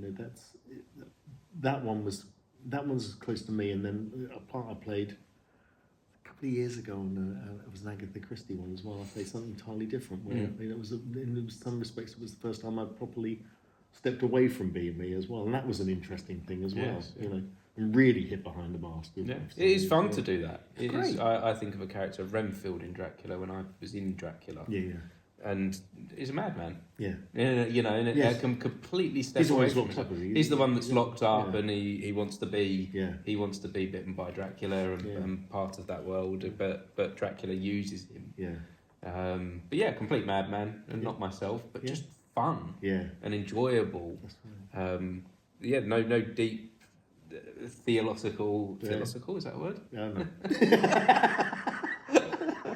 Do we have any? Cross between philosophical and theological. That is it. I was mixing the two together. Maybe it's a new word. It's a new word for now. It's a new word for now. But nothing deep to it. It was just fun. Yeah. To do that, to step away from myself and just play. Yeah. With a character. That's nice. So, do you take any of your acting experience and put that into your directing? Oh yeah. I mean, God, Craig, that's a good question. Yes, I do. I tried really hard with the last thing I directed, the Jeffrey Archer thing. Not to over-direct it, and as a director, I've changed very, very much, and you do that. I think the more experience that you get, because I think you learn to trust your actors an awful lot more. The more you do directing, particularly if you've cast. I always think in community theatre, if you've cast it well, that's 80% of the job done, because if you've got the right people on the stage in the right roles, they will do it. And the important thing then is all you're really doing is twiddling the knobs a bit to make them do it a little bit better. And I think that was. I think some directors get the idea of being a director wrong sometimes. They think of themselves as a teacher. Yes, that's right. And that's not what your job is to do. You're not there to teach them how to act. Yeah. You've like you say, you've chosen them. Yeah. You auditioned them because they were good at that skill and you felt they fit the part. Yeah. So you're not there to say, this is how you make that part come alive. No. One thing I've never done, I think, somebody's going to disagree with me, I think, if they've ever heard this, but one thing I've never done is try to show somebody how to do it. Because they're in the role, they need to do it themselves. What I've tried to do, particularly in this last production, and this is where it kind of comes in about, have I ever used something from my acting, is try to make them think about the circumstances, why they're saying something. We had the first half of this play is a whole courtroom drama, but there's a real backstory behind all of these lawyers. I won't go into it, but it takes a long time. But it was, I said to one of the guys who was kind of delivering a particular speech, and I just felt like it needed more venom. And I just said to him, look, you've got to bear in mind, I said, think about the circumstances. Who is it you're prosecuting here? He's the guy who stole the woman who's been murdered, who was the woman who you asked to marry you. He said, it just needs more venom. It just needs more venom. I said, just dial it up, Think about why you're actually having a go. I said, there's an awful lot of stuff pent up over years here that you need to have a go. There was an absolute cracker from Gary Oldman, who said that he only ever got. Is it Tim Burton who did the Batman stuff? I think, isn't it? Tim Burton did Batman. Yeah. He said that Tim Burton never gives acting direction at all. He said he's only ever been given one piece of direction from Tim Burton when he delivered a line on it, and he said Tim Burton came across to me and said, Gary, he said, let's try it again. He said, there's more at stake. He said, it's brilliant. He said that's all it needed. That's the only piece of direction he ever gave me. And it's kind of like, that's something it sounds highfalutin or whatever, but something that I'd like to aspire to. I think I completely agree with that idea that the actor should have done the work already. Absolutely right. Away from the rehearsal room. They should be doing that at home in their bedroom or the years of study prior to getting that part. That when they come to do the thing, that you're kind of guiding them in the right direction rather than teaching them skill sets. Yeah, that's right. Or trying to mould them to be something different than they already are. I've also found that with directing that it's often, and this is the skill that I've been working on, it's often a lot more to do with people management than the creative the creative vision. It's often working out how that person works that you're directing, that you're trying to give in the nudge to move them forward. It's not everyone can be given instruction in the same way. No, that's right. Some people will take exactly the same nudge as a compliment as another person a criticism.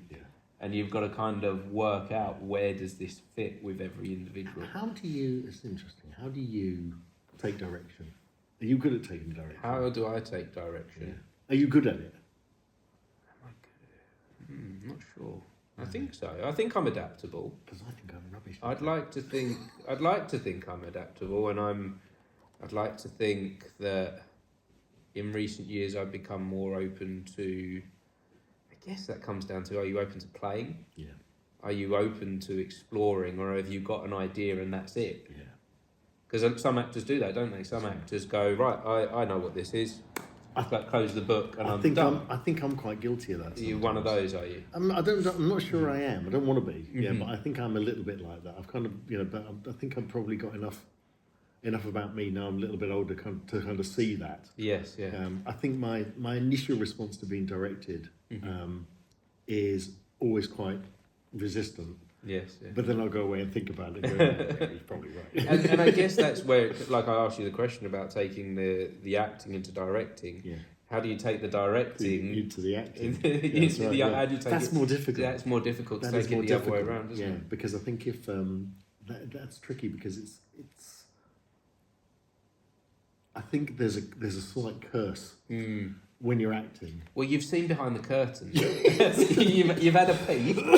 You know what's around the other side. You think if you know the danger you can get, I think, is you become closed-minded on it because having been a director, you can kind of sit there and go, well, this is not the way I direct.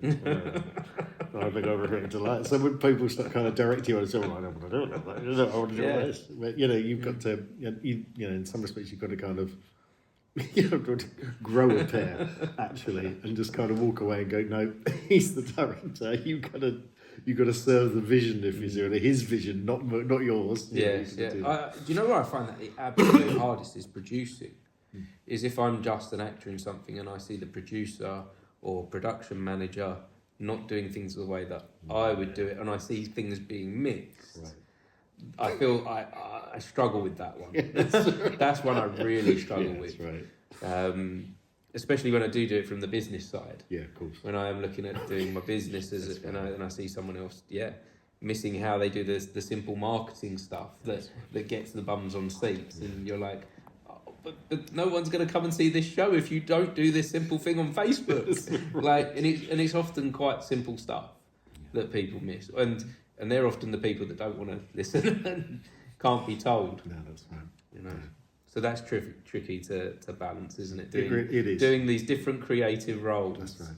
Yeah. And being able to just let other people do their thing. But it's a learning experience, isn't it? Is, you do learn about it. Sometimes, to your point, you spend so long doing something. Eventually, you come to a place where you kind of feel happier on it. You talk about bashing your head against a brick wall for 20 years.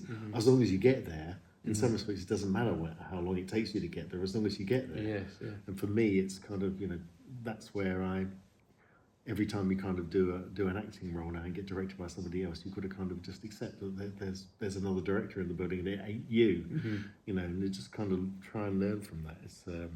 It's sometimes it's hard. It's an ongoing learning process. It is, yeah.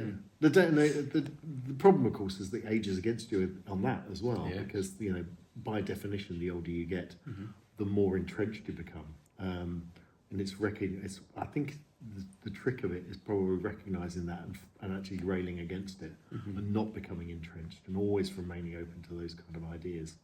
I think that's massively important. Got any ideas how we do that then? No. Ask me in 10 years' time. See if you figured it. We'll come back. See if you figured it out. I think it's just. There used to be a quote. I used to work for Kellogg's, and their motto I loved, which was they had a healthy dissatisfaction with the status quo, and I think that's a wonderful thing to have. Is always to be challenging things. Not you can become a bit of a pain in the arse when you do that, but always to be kind of challenging the position you're in and not falling into that trap of just repeating something just because that it worked. You've got to kind of make up your mind whether just because you get 800 bums on seats for one show doesn't necessarily mean you should do that. That'll work on the next. That'll work on the next one. It's kind of okay. We're community theatre. We do this for a hobby. We're not about just producing the same old stuff and getting people to come and see it. It's about doing different things. And we've talked about, haven't we, how that does something for us when we do those big 100%, stakes. 100%. How that gives something better than the value, a value that's bigger than money. Absolutely right. Yeah. That when we change things up. Yeah. And that's when we see the real kind of like human reward. That's right. Yeah. And that's so much. In some respects, that's so much better than money as well, because of the stuff you kind of carry around with you as well. Yeah. The thing that kind of fires you up. I still get fired up thinking about, when I kind of think about the really good stuff we've done with Water Lane, all the things that I've been involved with. Very few things. Right. It's lovely to have a massive audience. It's lovely to have a big audience to kind of come and see it, but it wouldn't matter whether there were 20, 30 people in there or 200 or 300 people in there. If you get a reaction and you get the right kind of circumstances, that's worth its weight in gold. And that's got nothing to do with how much money you've made and how many seats you've sold. That's about a connection. I think doing community theatre actually gives you a really good work ethic. It's taught me something about working for nothing. It's taught me about, for instance, I've believed fairly early on with this podcast that it can become my career. Yeah.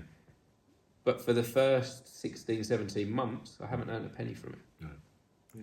Well, within the last few weeks, I've earned money from it. That's great. And it's snowballing into that area to become a career. Yeah. But if I hadn't done the community theatre, I don't think I'd have been able to put that time into something that I didn't earn money from. That's right.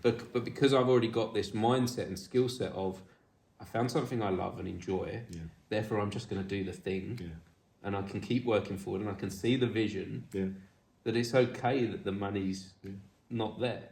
Whereas if I hadn't have done community theatre, if I'd have got myself trapped in the business world, then I wouldn't be able to have that confidence in not earning money from the thing. It's so right. It's about, there's nothing. If I learned one thing, this is kind of, in some respects it's got a lot to do with community theatre, but also about, just generally about life. It's kind of like, if I learned one thing, it's kind of, there's nothing like doing what you love.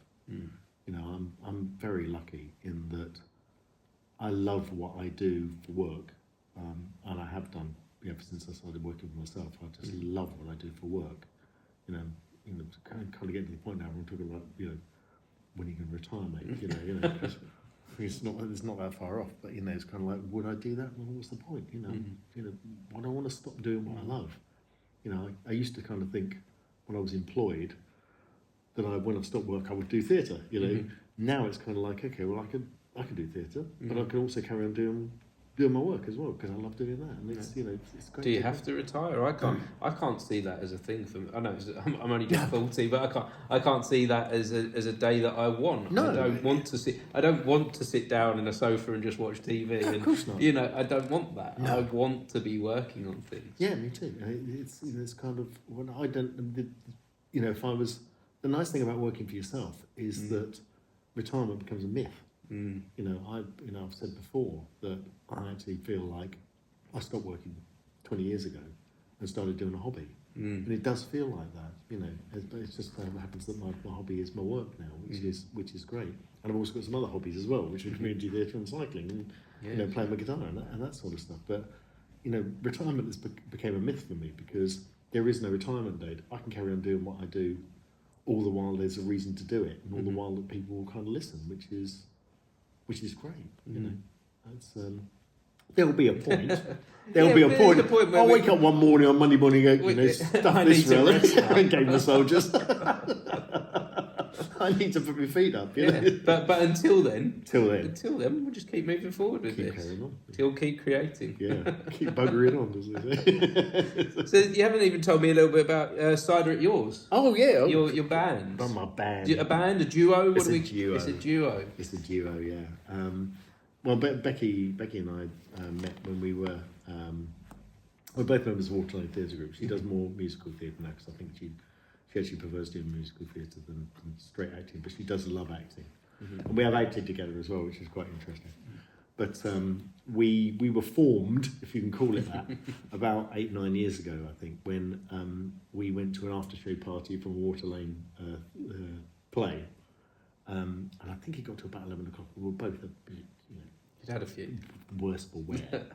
And somebody stuck a guitar in my hand and said, why don't you sing something? So I said, why don't you sing something? I said, I'll play the guitar, 5-string guitar, whacking out, miles out of tune.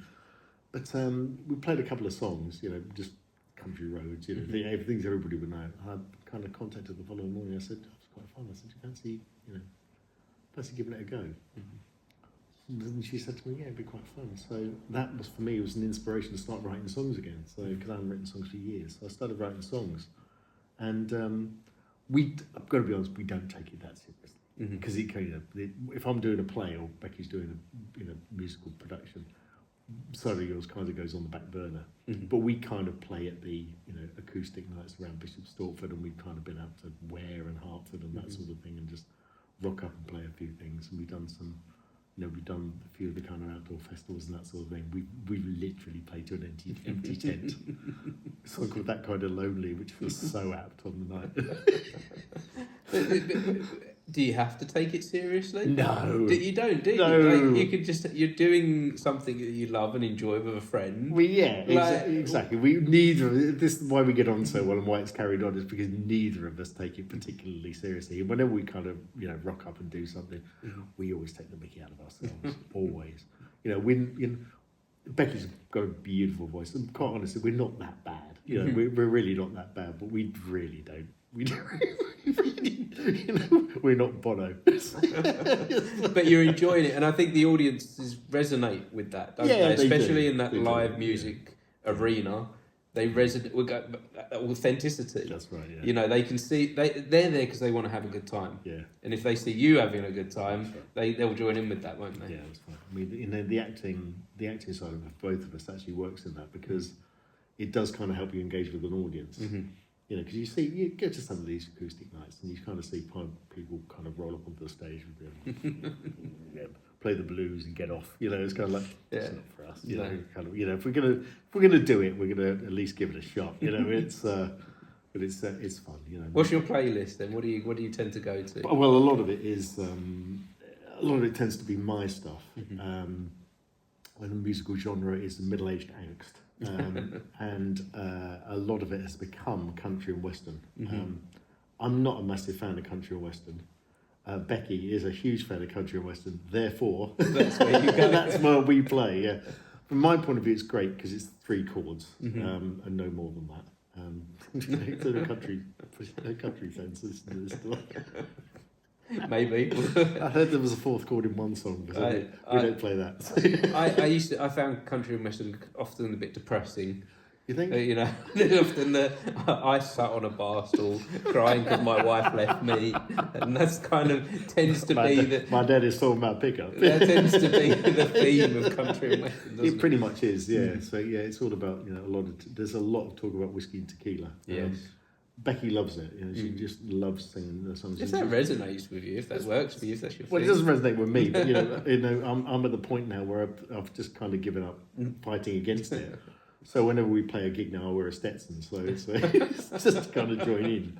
But she's got this way of kind of manipulating people so they like she's got these kind of witchy ways about it that kind of makes people play country and western. So that's what we do. But occasionally I manage to stick in the odd. Where do you think that comes from? I don't know, to be honest. When someone has a passion for something, is this kind of coming back to that kind of that seed of an idea, that drive? Who knows what's going to get you there? That's the thing, isn't it? You kind of Becky's born in Edmonton. She loves that country and western. She really does. And it's just there's something about it that resonates with her. Doesn't necessarily resonate with me, but it does resonate with her. But I love playing it because she loves singing it. That's what we enjoy about it, really. And you kind of go almost like full circle back to walking into a school hall on a rainy day, sitting down in sitting down and sort of seeing food, glorious food, and thinking, I belong here. It's kind of like food. Sounds really corny, but it kind of feels like home. That's what it feels. I'd rather be doing that and playing footy. Not that I could play footy because it was rubbish, but you kind of sit there and you go, okay, you found your thing. Found your thing. I may not be, I may not be great at it, but it kind of feels like I can do it, and it feels really comfortable doing it as well. Who knew? I certainly didn't. I've never up until that point. I never kind of even thought about getting on the stage anywhere. But it's kind of like, fancy this. So going back to that moment of you being a 13-year-old going into that school hall for the first time. Yeah. If you could go and visit yourself at that moment, what advice would you say to that little boy? What would you say moving forward? Oh God, what would you say to him? I don't want to say be bolder because he was pretty bold at that point, to be honest with you.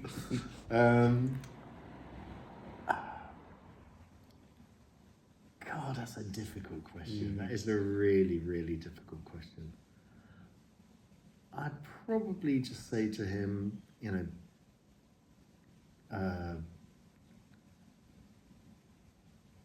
use the skills. It's there's one thing I kind of wish I had done was learnt, kind of talking about those transferable skills. Those things where you kind of pick up on acting and use those things to the things that you learn from acting and where you can apply them elsewhere. I wish I'd learnt to do that earlier, so that to be honest with you, I wish I could do it now, where I could pick up a guitar in front of a room full of people, and sitting around a bedroom, sitting around a bonfire, absolutely no problem at all. But standing in front of an audience is still tricky for me, and I wish I could kind of teach myself, or could have taught myself earlier on, to take those skills of acting and say, okay, act yourself into it. Because I got that really quickly when I was kind of 12. Before you knew it, I was Mr. Bumble, stuffed up with pillows and that sort of thing. I was sort of giving it plenty, So I didn't lack confidence at all. But what I wish I could have done is taken that confidence and applied it elsewhere. When I stood on the stage, in character, absolutely no problem at all. But applying that confidence outside of that, I wish I could have done that better earlier on, because it could have, would have probably made other situations that you kind of, as you're growing up and that sort of thing, easier to kind of deal with. And even now, So as young people do listen into these podcasts, how would you advise them to then do that? Yeah. That as they're learning these skills, to adapt them to different areas. Yeah, and it takes a lot of thinking about it. It's an easy thing to say. It's easier to say, but it's very much, I think, maybe it's time. Yeah. And being kind to yourself. That's right. Yeah. And keep doing it. Yeah, definitely. It's about thinking through situations. You find yourself in, as you grow up, you do find yourself in really tricky situations and difficult situations and things you kind of don't know how to deal with. but there's a lot in, you know, becoming a character. And I'm not saying people should act their way through life. That's not what I'm saying at all. But it's people. You can actually take an awful lot of lessons from yourself in terms of when you feel confident and how to apply that elsewhere. And I think taking some time to, even on your own, not even talking to getting advice from other people, thinking through what makes you feel confident.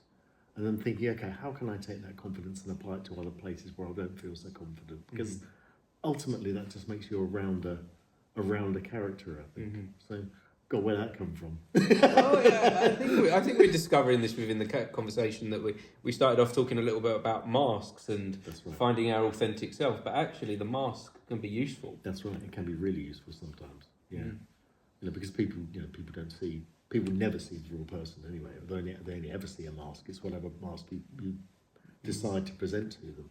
Yeah. Whether that's deliberately done or whether it's kind of accidental. People only ever see, what not even 1% of who you are and what you do. So it's massively important to kind of present the best thing that you can to them. And it's but you can learn a lot from yourself, a lot from where you kind of feel confident in how to apply that. And I think subjectively, I think it's, if I've done one thing reasonably well, I think that's what I've done. It's kind of, I've not even objectively thought about it, but kind of because I've been lucky enough to find something I really enjoy doing, which was basically standing on a stage and being an idiot. You can learn a lot from that in terms of putting yourself in other situations. And it's, when I was in, sorry, I keep banging on. When I've been in kind of corporate situations where you kind of had big presentations, I've done some reasonably big presentations when I was working in the corporate world to senior people within the organisation.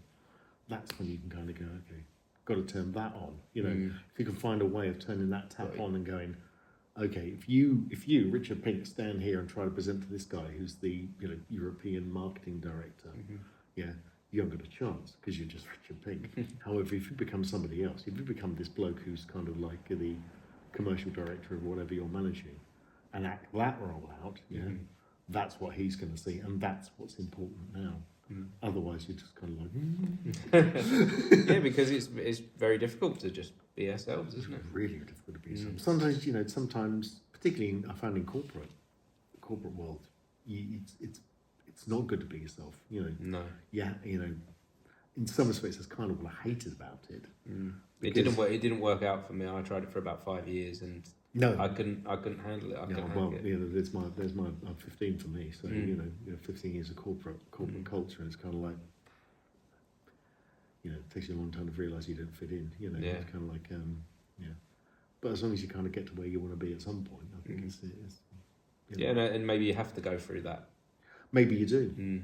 It's like I don't know who it says, but somebody said you learn nothing from success. No, you only ever learn. Oh yeah, and when I talk about it's brought up the 20 years of me banging my head against a brick wall. Yeah. Well, that was really important that I did that. Absolutely right. I don't have regrets over that. I recognise every failure as a stepping stone onto the next thing. That's right. I guess where you want to be. Yeah. It's hard in the moment though of the failures. Tough, yeah. That's very difficult. Really, really tough in the moment. Yeah, but you. But when you look back, you're like, wow, those were the bits that actually made me who I am now. That's right. Yeah, absolutely right. Yeah. Well, this has been a wonderful conversation. It's been great. Richard. Really enjoyed it. I really appreciate it. Yeah. One last question for you, though. Yes. So we've looked a lot at the past. I want to look to the future, and I want to know a little bit about your hopes and dreams, specifically with Lion Witch and the Wardrobe. Oh, yeah. Tell me about your hopes and dreams for that. Well, Lion Witch and the Wardrobe, what I want is to create a proper community event, and involve as many people as I can from around the community to kind of be a part of it. I had one kind of, I think, aspiration with this, is that I could involve as many people as I can possibly get, because it lends, as you know, with 70 people involved, it lends itself to it. So why wouldn't you do it? It's very accessible from the point of view of an audience. I want to fill the audience with kids, because we haven't had kids come to see one of our productions particularly for years now, because we've been doing Shakespeare, it bores them. Yes, yeah. So I want to fill the audience with kids and families. I want to involve as many people as I can in the theatre group, and I want to involve quite a number of people from the local community, from businesses and so forth, to kind of contribute to that as well, and create an event where people would just enjoy themselves from the minute they walk into the minute they leave. That's really what I want to do. Yeah. And it sounds quite exciting. Yeah, and having been there Yeah. to some degree, that community thing, Yeah. that was. Do you know what's really surprising and really exciting to me is that was very much my vision. Wow. It was the community thing. Yeah. It was very much a building of Yeah. something that would bring people in, and Yeah. I just knew Lion Mitchell and the Wardrobe would do that. Yeah. Yeah. I just knew it was a production that it's a great story, Yeah. has a lot of meaning Yeah. to it. There's a great message there, Mm. and it's exciting and fun, and it kind of ticks all the boxes, doesn't it? Absolutely. As a show. Yeah, I'd like it to be something where we can look back as a group, and we can look back and go, yeah, that was a good moment. Mm. Yeah, that was a good one. Yeah. Yeah, well, I think you've picked the right show to do that. Well, So thank you for your- I very much look forward to seeing it. Fantastic. And what about you personally then, to end this on? What are your personal hopes for the future? Well, I want to. I think I want to re-engage with theatre in a way that I've probably kind of let it lapse over the last couple of years or so. It's. I say that I've directed a couple of shows and I've been in one, but I think there's time for me now over the next maybe 5-6 years or so to actually do a lot more in terms of the things that I love doing. So I want to. You spend a lot of time thinking about why you do things. Why do you kind of go out and perform with the guitar? Why do you go out as part of a duo? Why do you go and do theatre? Why do you kind of go to work? Why do you go cycling? Why do you do all this? And you do an awful lot of thinking about what the purpose is, whether you should be doing something else. And I think what I'd like to do more than anything else over the next 5-6 years is just enjoy doing what I do well. Enjoy doing the things that I love doing for the right reasons, and just to appreciate them for what they are, rather than thinking too hard about why I'm doing them. If you see what I mean. Yeah. So it's The why seems to be this question that's quite important, but it's not everything. It's not everything. No. No. At some point, you kind of have to make up your mind that the reason you're doing something is just because it's great. Yeah. Wonderful. What a lovely note to end this on. Fantastic. Thanks again. Thank you. If anyone has been watching or listening, we appreciate you for joining us for this conversation. Thank you. Thank you, Richard. Cheers, mate. Thank you. It's been lovely. Cheers. Oh, one last question, actually. Yeah. Where do we find out more about the show and about Waterlane Theatre Oh, Company? waterlanetheatrecompany.co.uk. We're also on Instagram, waterlane.co, I think. And we're also on Facebook. So you can find out there. And also they'll have they were going to say got the details of South Mills. We're not doing it there. That's the next show. It's the one after. So no, those three places are Instagram, Facebook, and our website. And your duo? Yeah, we got Yours? that's Instagram as well. Principally Instagram, bit of Facebook, and also we got a website which is cideratyours.co.uk. I'll be sure to put links in the bottom of this video. Thank you. Thanks again, Richard. Yes, thank you.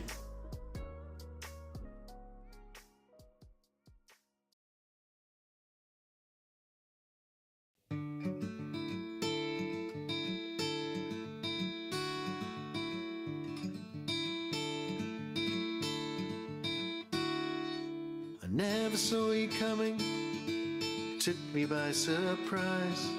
Shot out of the blue that landed straight between my eyes. Guess I knew right then that everything could never be the same. You set my head spinning, didn't make much sense. Feeling like a giant and then losing confidence. Try to make a puzzle out of pieces that don't fit together at all.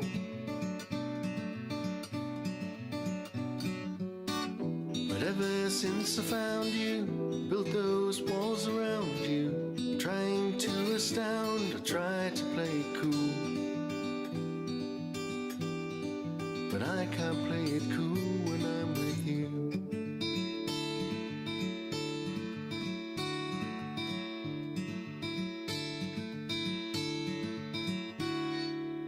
First you pull me closer, then push me away.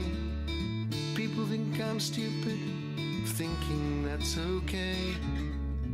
Doesn't seem to matter much to me whenever you're around. Seeing like an adult, then acting like a child. Giving yourself lectures when your mind is going wild.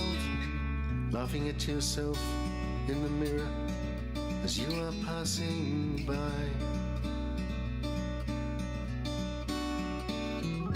And every day it feels like you're in a pantomime, and you'll be over it if you just give it time.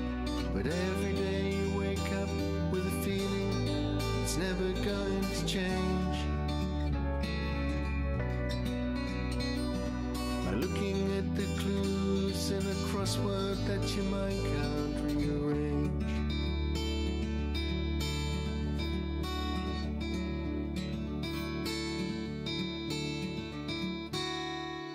Never saw you coming, you took me by surprise. Conjured up a spirit that I can exorcise. And even if I wanted to be free, I wouldn't stand a chance. Tapping at your window, banging on your door. Even if I know that you can't hear me anymore. 'Cause something in my heart is telling me it's always worth a try.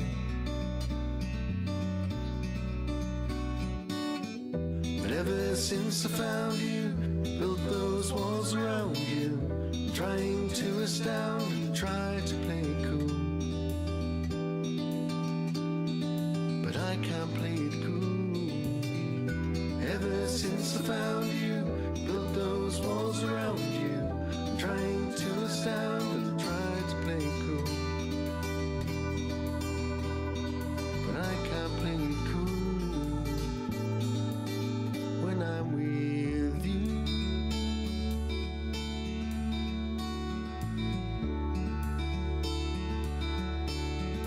Play